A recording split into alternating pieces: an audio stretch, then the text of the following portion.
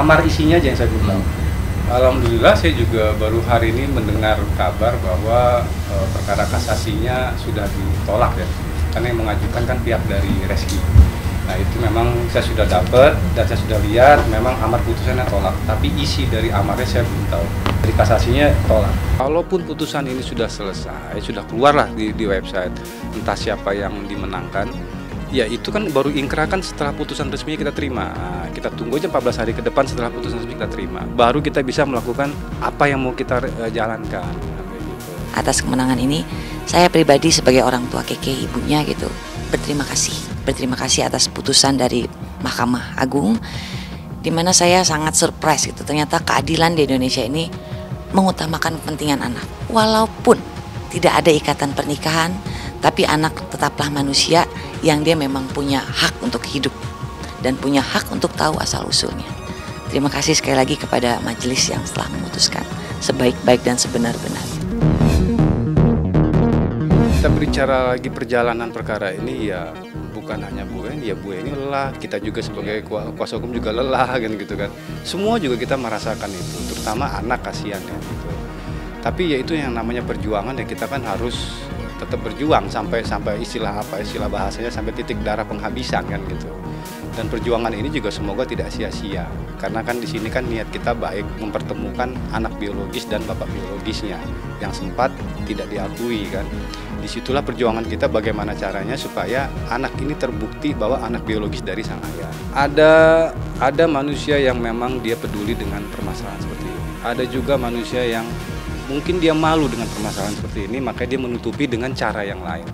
Jadi itu semua kembali lagi ke orangnya gitu. Tapi kalau secara saya pribadi, saya juga punya anak. Nah, gitu kan. Jadi mau bagaimanapun yang namanya kita seorang ayah, ya kalau kita punya punya empati, punya rasa kasihan, kita pastikan perhatikan anak itu. Saya juga sudah ada rencana, tapi untuk sementara ini belum bisa saya ungkap. Mempertemukan antara anak dan ayahnya, salah satunya pasti itu kita akan coba untuk pertemukan.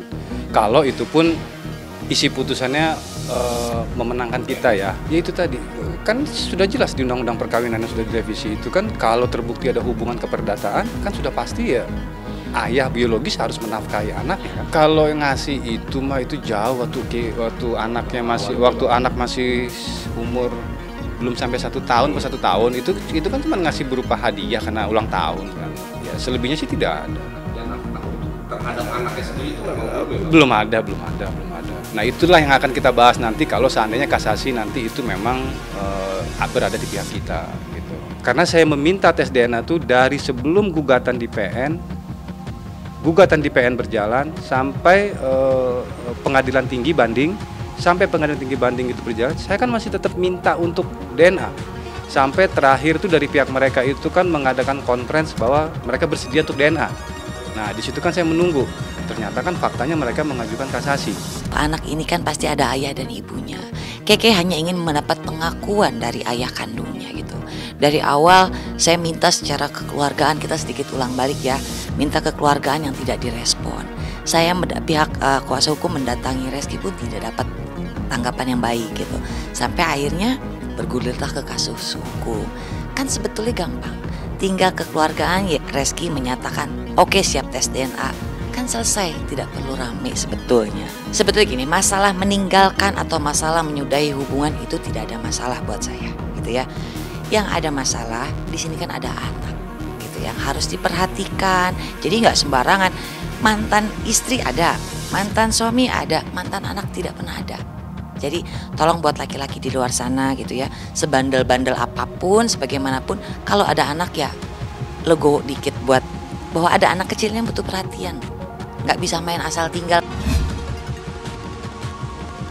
Sebenarnya sih kalau ada masalah ya masalahnya kita obrolin, terus kalau yang kecil ya kita ilangin, yang besar kita kecilin gitu. Jadi jangan diambil pusing gitu. Jadi ya benar-benar udah deh nikmatin aja berdua gitu.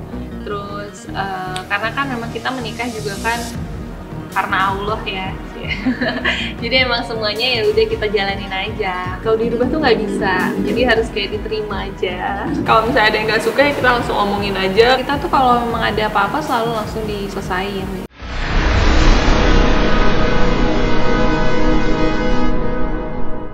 Jadi jangan lupa untuk subscribe Cumi Cumi. Ditekan ya tombol lonceng merahnya.